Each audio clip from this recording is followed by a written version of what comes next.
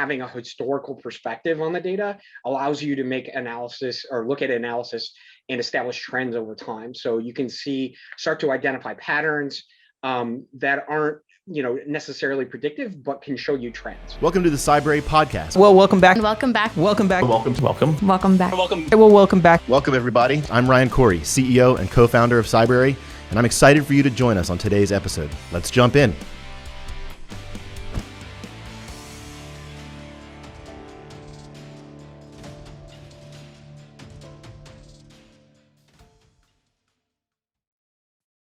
Hi, and welcome back to another episode of the Cybrary Podcast. I'm your host, Mike Gruen, VP of Engineering and CISO here at Cybrary, and I'm joined today by Jonathan Myers and Scott Money from Base Operations. Jonathan, you want to give a quick intro? Yeah. So for those of you who don't know, I'm Jonathan Myers. I'm the principal infrastructure engineer here at Cybrary. So I'm responsible for defending and building out all of our cloud systems that serve over 3 million users worldwide. Scott. Yeah, so I'm Scott Money. I'm the VP of Engineering at Base Operations. I'm responsible for all the technology implementation and data acquisition that we have. And I started my career back in the 90s at Lycos, doing search and web search and all sorts of different things through the decade I was there. After that, worked through a bunch of SaaS companies and made my way over to work with Corey on Base Operations. Yep. And I'm glad you mentioned Corey. So she was a guest of ours about a year ago, and one of our favorite guests. And we want to have Base Operations come back. And for those that haven't, please go back and check out that episode where we talked to Corey from Base Operations. She's the CEO, and about their journey as a company. It's, I think, one of my favorite podcasts, and not just because I was on it. So for those that don't know, maybe just a quick thing. What does Base Operations do? Yeah, so Base Operations overall is a micro-intelligence platform. So basically taking all the threat data that we can incorporate into our analysis and then present it in an easily digestible way on a map. So users can make assessments around location-based crime and get a historical perspective about that crime in that area, and then make predictions and do analysis on trends where things might be going in the future. Who are you typically selling to? Who's your sort of buying personas and such? Yeah, I mean, it's really anybody. I mean, largely multinational. So people that are traveling a lot pre-last year. Anybody that's got to look at logistics across large areas of the planet. Anybody that has a footprint globally that wants to do analysis and understand crime in particular areas. So really, anybody that has location-based infrastructure. Interesting. And the data you're collecting, is it mostly publicly accessible data? Where are you getting your sources? How does that all work? Yeah, so it's coming from a lot of different sources. So government data, depending on the jurisdiction, can be the most reliable or can be the least reliable. So it's definitely a good place to start. Also, we look at NGOs and academic research as another pillar of our data research. Also, social media platforms, whether it's individual crime reporting or trends through social media feeds like Twitter and things like that. I suppose Parler would have been a good one to add, but it's not there anymore. And then so NGOs, government organizations, and social media and news media. So if you're looking at areas that are really challenging to get into, sometimes the news feeds can be true and then redacted, and being able to capture that data as it's becomes available is a useful way to get a sense of the threats in that particular area. Cool. That's actually fun. When you were talking about social, I think I even brought this up the first episode, or the first time we talked to Corey was there's the XKCD about like the guy who's experiencing an earthquake and then sends it out on Twitter, and you can sort of the speed of Twitter faster than the ramifications of the earthquake, and so so similar with crime and being on Twitter or whatever on social and then saying, hey, there's something happening here, can actually get out ahead of it. Pretty funny. Yeah, I mean, I think there are companies out there that do kind of monitoring last second alerting on data. We find that having a historical perspective on the data allows you to make analysis or look at analysis and establish trends over time. So you can start to identify patterns that aren't necessarily predictive, but can show you trends and things to be aware of and think about as you're going forward. There are eventually, through development of machine learning models or artificial intelligence, we could get to the point where our models are a little bit more or better predictive. But you have to be careful of things like confirmation bias and things like that, which a lot of companies that get into crime analysis through ML and AI run into. So, the idea basically, if I have a lot of crime, well, what's the natural reaction? I put in more police. When I put in more police, what do I find? More crime. What do I need to combat the crime? More police. So, there's some studies out there that say that if you put more police in areas that are traditionally considered low crime, you would actually see an increase in crime. Not because the crime is increasing, but because the police are actually finding it. So, so you have to be careful of that. There is definitely a problem that you want to be aware of anytime you're trying to make a predictive analysis of data. Yeah. Nice. Question. I have a question on, so you guys, I'm assuming you guys are just basically like a SaaS product for the most part, right? Like you're not installing on customer sites and then trying to ingest data there. No. Cool. Interesting. I actually want to ask you about Lycos. I'm sorry, you dropped that and then you just like drove right by it. Oh no.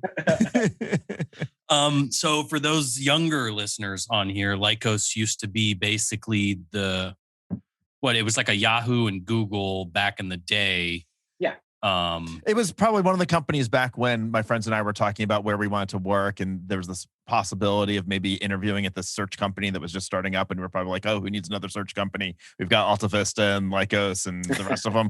And that company was Google. Yeah, that's probably, yeah. Yeah. Lycos actually held the patent for the first web crawler. So it came out of an academic research project out of Carnegie Mellon University. And they gave exclusive rights to it to Lycos to build their business on. And unfortunately, they didn't enforce the patent until it was much, much too late, and was more like patent trolling than enforcement at that point. So yeah, but a little bit of history there. Lycos had the first patent for web crawling. That's pretty cool. Lycos owned AngelFire, which was, I think, the first company that I built a website on when I was in 6th or 7th grade. Right, like it was precursor to MySpace. Like you just had to have like a website. That was the worst thing, right? Like if I remember correctly, it had all of the terrible things that like they tell you don't do now, right? Like the mouse cursor had like the trailing like mouse cursor. It played music automatically. Like there was like snow falling on the page. Like it was just the worst designed website, but that was like all the rage. And You're talking about the one that you designed. I just want to be clear. Yes, the one I designed, because it was there wasn't anything like, I don't think CSS existed at that point. No. So it was all just HTML. Right. Yeah. I did mine on GeoCities. I was a competitor. I went for the competitor. Ooh. Sorry. Lycos at the time actually owned 2 different platforms for web development. One was AngelFire and the other was Tripod. And so they had AngelFire skewed younger, and Tripod was for a little bit more, I guess, older. Mature. Yeah. You could categorize as that. And I mean, it was a fantastic time to be part of a company like that. It was growing immensely. They had a very quick IPO, grew to, thousands of people and was acquired internationally. And things didn't go well after that. Yeah. So I'm curious what it was like, because I think I don't know, I would liken it to almost be like an early Facebook employee, right? Like it was such a different thing back then that like, how did you tell people what you did for a living? Because that wasn't, like common knowledge, right? Like, I don't think it was like trying to explain Facebook to people that weren't in college. Like when it first came out, they were just like, no. But yeah, I'm curious like what that was kind of like. Our CEO, Bob Davis, would go around, or this was his story he would tell. He would go into like all these Fortune 500 companies, talk to the CEOs, and he would change their homepage to Lycos. And those guys had no idea how to change their homepage. So they were just stuck with it. Like that was his whole thing. So yeah, that was definitely indicative of the environment at the time, where, people just didn't understand it. And I think it was, search was, and at the time, the homepage was the everybody's gateway into the internet. Like unlike today, where you just have an empty box in going to Google or having Google Chrome and that be your entry point into the internet. Everybody had these like homepages, and that was your gateway in. And Lycos was right in the center of that and wanted to be people's kind of corridor into the internet. And Lycos had a really long run of some innovative search technology, and they actually had an opportunity to acquire Google and passed on them very early on. And you can draw your own conclusions from that. Right. But it was a fantastic time, really exciting to grow up in the industry at that point and see the excitement and learn a lot about how large scale web platforms were built, and more importantly, learn a lot about what not to do. Yeah, I mean, I was growing up at the same time. Like that was my first job, was Proxicom. They were known as Proxima before that. Professional services organization, built websites. One of our biggest customers was Excite, which would be a very similar company to where you were. It's that same thing of like, we want AOL, but on the internet. So let's own the homepage. Like this is where we want people to go and search and so on and so forth.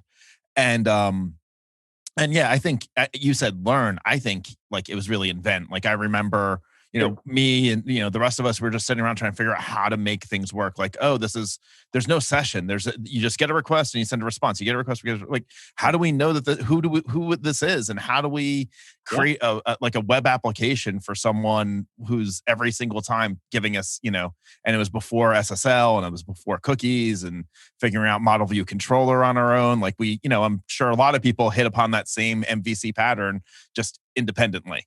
I imagine you had similar experiences.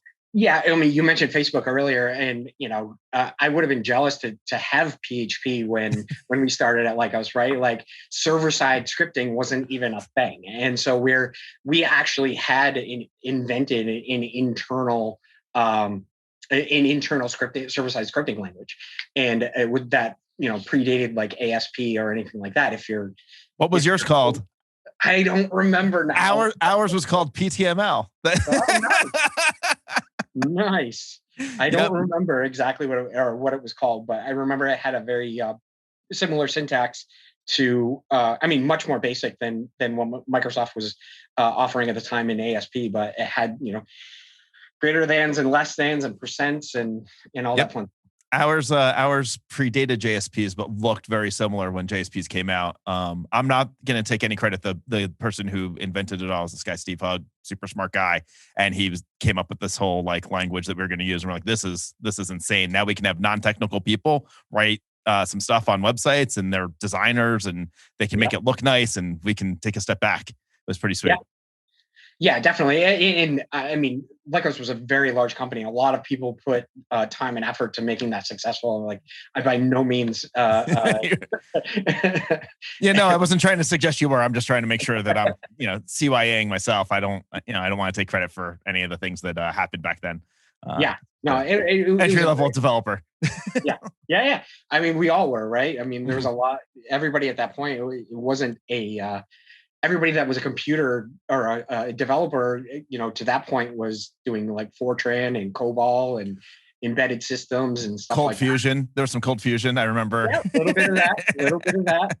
There's a lot of excitement around that for a minute. And but yeah. I mean, it was a crazy time and a lot of fun. And I learned a ton. And it kind of gave me a good launch pad. And I mean, the most important thing was I met a lot of really great people all around the world through that experience. What sort of lessons can you take from those early days there, and going through those and sort of think about it in today's, technology environment and web and stuff like that, as your growing company?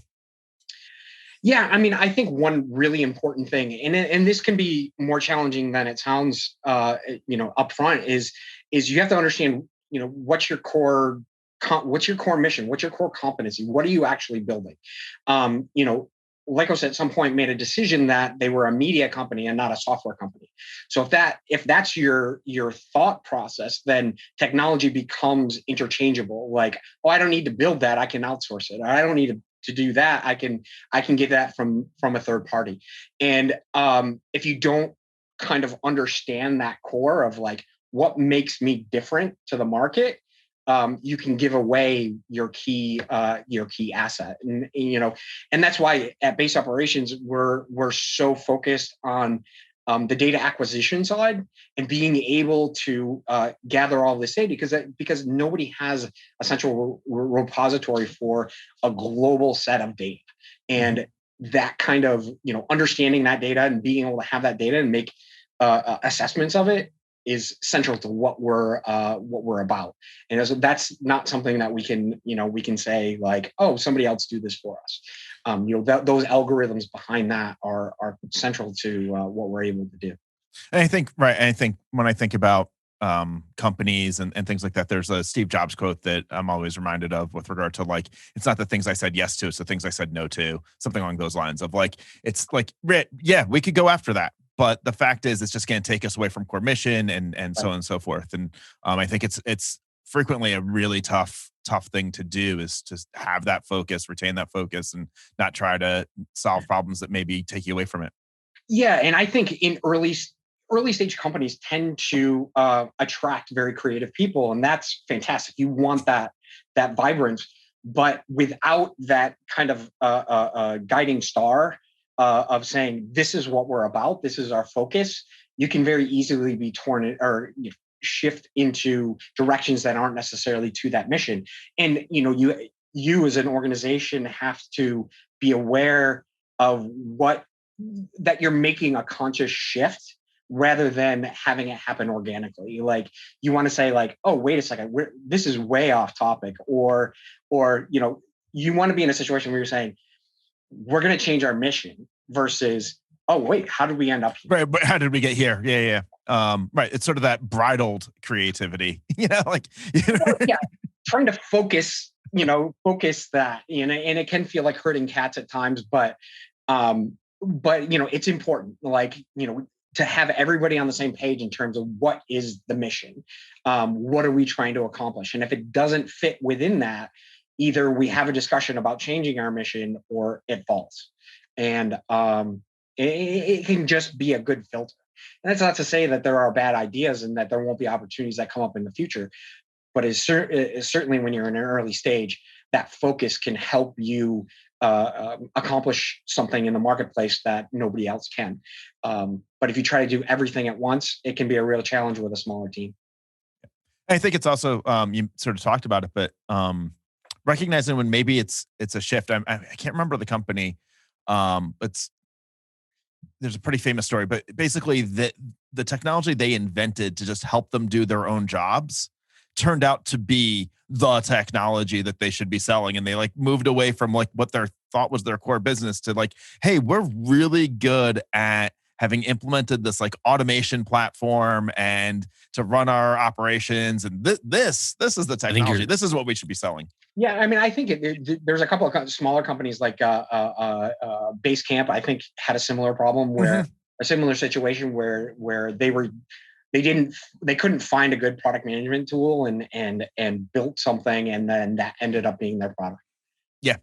Actually, I think it might have been Basecamp that I might have. That's why I probably was struggling. I think I've read so many of the same stories that it's hard for me to remember which one was which. Yeah, and some of them, like I've heard Amazon did the same thing. Like when they were doing AWS, they needed a way for developers to get access to machines. Have I talked to anybody at Amazon about that story? No, but there it is. I was thinking of Opsware and Loud Cloud back in the day. It was like early Ben Horowitz stuff. It's in his book where he talks about, they were like automating all of these things, and they eventually spun out that software they were using to automate everything into its own thing. But an interesting point to what you were saying is like where we are in the days of technology to where like you can just focus on your only thing, right? So like back at the Lycos days, like you had to do everything. Like you had to build infrastructure, you had to do all of these things, and you couldn't really kind of focus in on your core thing. And I think we're in this interesting point in time, I think for the last like 5 years or so is where, and so like Mike and I have had these conversations when we were trying to add new capabilities to the platforms and things like that. And it's a very real discussion now, the buy versus build. And it's so much easier to just buy because they're already doing everything better. But yeah, I think that's an interesting, like, I can't even imagine like back in the days at Lycos, like trying to, somebody comes up with a great idea and it's like, oh, cool, we could just build that. And it's like, well, no, wait, like we have to do all these other 300 things to even get close to that point. And like, they're all non-trivial things. Yeah. Yeah. I mean, in the for a good chunk of the early portion that I was there, I mean, you were talking about massive Solaris machines being at the center of search, right? Like, I mean, literally larger than a refrigerator, and they'd have to ship them up and set them up in our data centers, and eventually that becomes a bottleneck, and the choice was essentially, I mean, this at different points in times you have choices on which direction you want to go for technology, and it was like, do we build or buy at this point? And if you don't have your guiding star, it can be difficult to make that decision. You can say, if we're a technology company and we're a search company and that's what we're going to do, how the hell can we even consider selling search? But if you're a media company, whatever, search, everybody's doing it. We can just buy that. Nobody gives a crap if there's, 60% accuracy or 65% accuracy. And if we spent a whole year developing, we might get to 65% accuracy. And then Google came out and crushed everybody, right? Well, and I think, what's interesting is I think a lot about what Google did and the time at which they hit. And I think of Google as being really a filtering company more than a search company, because back in the early days, it was it was like, how do I find these things? They were just sort of hidden gems throughout the world. It was hard to find anything relevant. As things progressed and the web really took off, it became impossible to it's like, no, there's 50 relevant things. Give me the best relevant thing. Give me the most relevant thing, and become much more of a filtering problem than a search problem. And I think that was hard for a lot of search companies to adapt to. Yeah. Yeah, exactly. I mean, the metrics that were used to measure those companies wasn't about its relevancy necessarily. It was about how many pages do you have in your catalog? How big was my catalog? And Google's like, well, what good is a large Google Assistant waking up to let me know, or to listen and see if I need any answers? But what good are 300 million records if I'm looking for one specific thing? And I think that's, to your point, I think that's what they excelled at. Also on the build versus buy. Sorry to jump in. Also on the build versus buy, where I thought you were going to go when you were talking about the big Solaris boxes and like, maybe you guys were even considering like, maybe we should just start building our own hardware and sourcing parts. I remember something called a Google Search Appliance. There was actually a piece of physical hardware from Google that you would plug into your rack or whatever, and it would index all of your stuff. Yeah. What could possibly go wrong with a web crawler on your intranet? I mean, probably a security team's dream, right? Like they don't have to write Perl scripts and stuff to query all that stuff. They're just like, oh, we'll just let the crawler, and then I'll just type in username and passwords and see if they show up. And like, I'd have loved that. Yeah. That's actually a really good point. Yeah. It's our new business. Yeah. Jonathan and I are kicking off a new business. We're building an appliance you plug in and just collects all the data.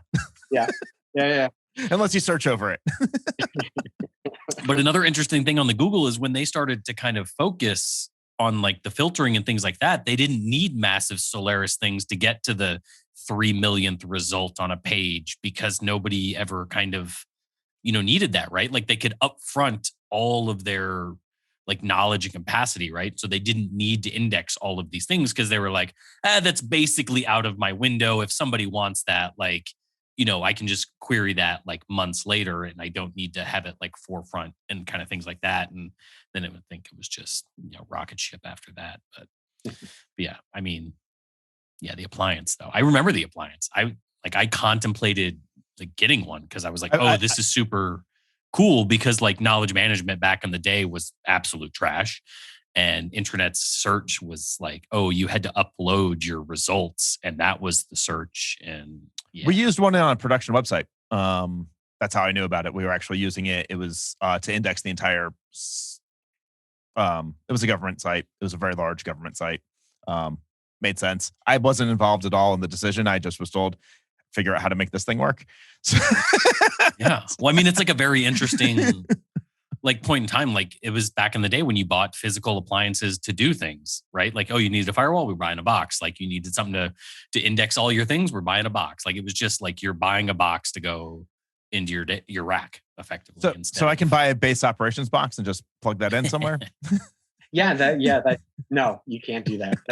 No, it just, not. Well, I mean, like when you think about that, like in those days, there was this idea like, I got to go physically provision servers all over the place. And now, with our infrastructure, we don't have any dedicated servers that are really running. We're all on a serverless platform that allows us to, I mean, things that were unfathomable in those days, but to allocate resources on demand and be able to scale as widely as you want to on demand, like way more capacity than we could possibly need, leveraging the public cloud options that are out there.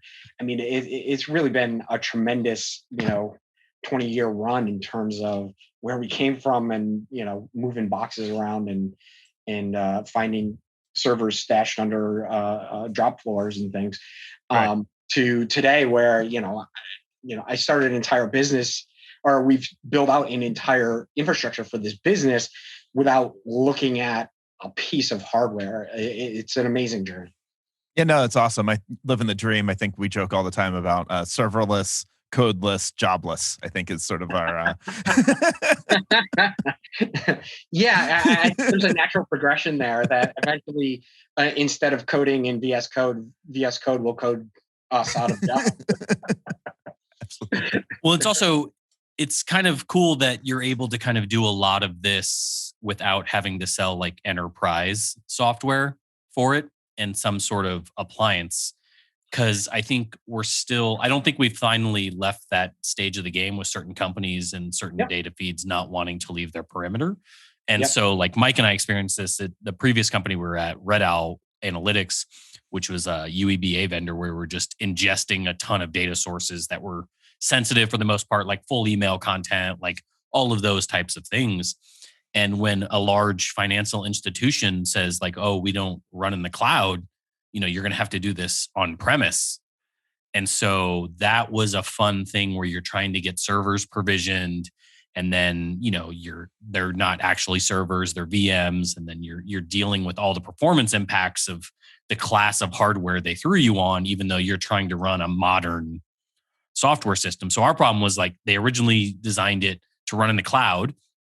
And then a couple customers were like, we don't run in the cloud. And so it was like, well, we've already made like key decisions that require us to run in the cloud. So how do we now get this to not run in the cloud? And so super Yeah. complex problems that I think is probably great for you guys. Cause I mean, if we would have just gone straight cloud, like I think my life would have been infinitely easier. But yeah, I mean, maybe you read the internal document I wrote about why we should just stick to the cloud, but probably wouldn't have done as well because the financial institution, our bread and butter wasn't going to go there. But that aside, but I mean, like that's the difference, right? Like SaaS is now much more common. We can do things like what we're doing. I imagine so. Jonathan and I talk about this a lot because it hits us a lot. Is the security questionnaires, right? I'm curious. You're running a serverless architecture, like when you're filling out these things to go do business with these companies, like what's that like? yeah, I'm curious on your IDS IPS strategy. Yeah. That's What's your required idea? by the ISO certification board that says, you're defending inside your network. Yeah, I think the most trouble I have with those types of security questionnaires is that the distance from the person that's actually interested in the information that you're providing, right? Like usually it'll come through some a touch point outside of that team, and so when you're answering these questions, and then they get back to them, they're like, wait, what do you mean you don't have a server? How is that? You have to have a server. Send it back to them or reject it out of hand. But I feel when you have those conversations more closely to the people that actually understand what's going on, they have a better understanding. And from a security perspective, like the data that we have from a PII information or a PII standpoint isn't of interest to our customers. So, the fact, even in the rare case that somebody penetrated our Google Cloud environment and stole a bunch of data, or AWS, we wouldn't be exposing customer data. It would be the data that we've, our effort and data would be lost, not of our customers. So you're not tracking. I'm sorry to interrupt. So I'm a user of your platform. You don't necessarily know where my people are. You just are providing me with data about information that I can use to then inform the people. Yeah, so it's more about gathering and analyzing data about crime that's out there, not necessarily about the people in your organization. So, you may have a list of sites that are private. You can then compare that with the data that we provide, and we can offer solutions to help customers that have, a lot of customers will, or especially larger customers, will have a dashboard or something like that they've already incorporated in, and we have an API infrastructure to allow them to integrate data into their system that they already have. So, if they've got a tool that maps out their locations and it's rightly sensitive information, then we would integrate with them that way, and it doesn't violate our serverless kind of infrastructure. We're not using sessions or anything like that. Right. Yeah, no, that's cool, right? Like we could set up an alert that says in Slack when there's some sort of thing happening in DC that maybe people might want to stay indoors for. Yeah. Yeah. I mean, I think too, like, those things are the things that make it into the news all the time. Right. And they're, that's something where, you're watching Twitter feeds, you're getting chatter, intel, and things like that. What I think people are more commonly affected by crime or threats is trends, right? Like, so, if you have the ability to look at 2 months, 3 months, 6 months, you can start to see trends and patterns of things increasing. And in a case like the staying indoors in DC, that's a very intelligence related activity, right? Like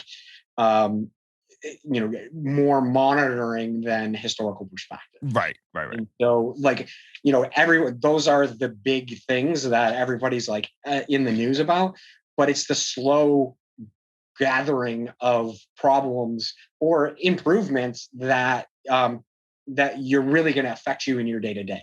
How, where am I going to put my next office? How do I make sure that people on this site are predicted. What kind of lighting should I have in the parking lot? Because I understand. Maybe I should move this office. Yeah, exactly. Right. And where should I put it? Right. Or, I'm driving my trucks or I'm shipping my goods from point A to point B. What's the best route to go? And is that changing over time? Maybe in December, I should be driving this route, and in the summer, drive a different route because, the demographics change, whatever reason that is. We see truck thefts increase in this area versus or this time of year versus that time of year. Right. So, or it could just be that one route's more efficient, but higher crime. Right. Just have to do the math to figure out loss versus loss of efficiency. Yeah, exactly. Like, am I willing to give up 10% of my product in order to get the best gas mileage? Right. And depending on what you're shipping, the answer might be yes, or it could be no. I'm shipping gas. Well, So I have a weird question, I guess, technically. You don't have to answer this I don't know if it's a secret. So say like the Capitol riots and all that stuff kind of happen, right? And so your customers kind of start logging in and kind of looking more and more at that. Do you guys have like a way of kind of ingesting more information when people are curious, or are you kind of just out there just grabbing everything? I don't know if that makes sense, right? Like as the Capitol riots start going, like Twitter starts going nuts, and then it's like people are like, well, I want more information. Yeah. Like, are you then crawling out more, or like kind of how does that work? Yeah. So like, we have a comprehensive data set of DC crime, and that's an area that a lot of people travel to, obviously. A lot of international people coming in and out of that area. We ingest that data on a regular basis and make sure that, we're analyzing that crime. The Capitol Police have their own jurisdiction and have their own data that they were requiring, or that they're publishing. Up until last month, it was the most boring feed you'd ever seen, right? Like you would get, DUIs and maybe it was like Florida Man. It was just everything was like Florida Man, but not as outlandish. Well, right. Yeah. And so, it wasn't necessarily a priority to pull in that feed. As soon as we saw like, oh my God, there's something going on here, we were able to very quickly pull that data feed in and add it to the platform. And, we'll watch that going forward. Hopefully nothing like that ever happens again, and we don't have to worry about it. But I, definitely want to make sure that the data is now incorporated into there and gives our customers the most complete picture. Right, but I imagine that happens internationally, whether it's Paris or the US or whatever. There's always going to be these like particular regions that suddenly have a hot spot for whatever reason, and knowing that you guys are capable to sort of pretty close to very quickly get that data in, I think is pretty cool. Yeah, and I think that's the broader picture is like in the US, especially US based companies, we have a pretty good sense that, it's unlikely that you're going to have a major crime problem. Your crimes are happening in aggregate, and there's less ingrained grafts in shipping and other types of things. In other areas, we just don't always have the exposure and understanding. Like if I'm going into this city and I'm visiting, on a personal level, I want to go out to lunch. What neighborhood should I go in, or which one I should, more importantly, may I want to stay out of?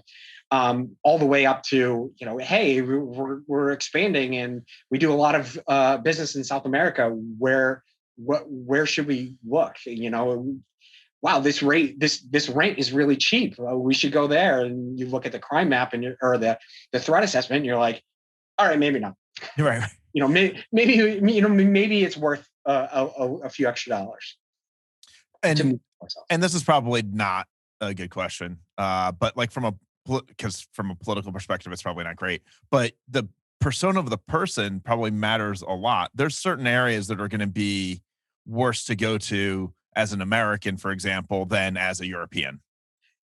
Yeah, I imagine that's not something that you can easily encode in your stuff. Yeah, no, not yet. I don't think like we don't right now. We're not into indexing necessarily victimology. So saying, some jurisdictions are very, very transparent with their data and also have a lot of information about victims.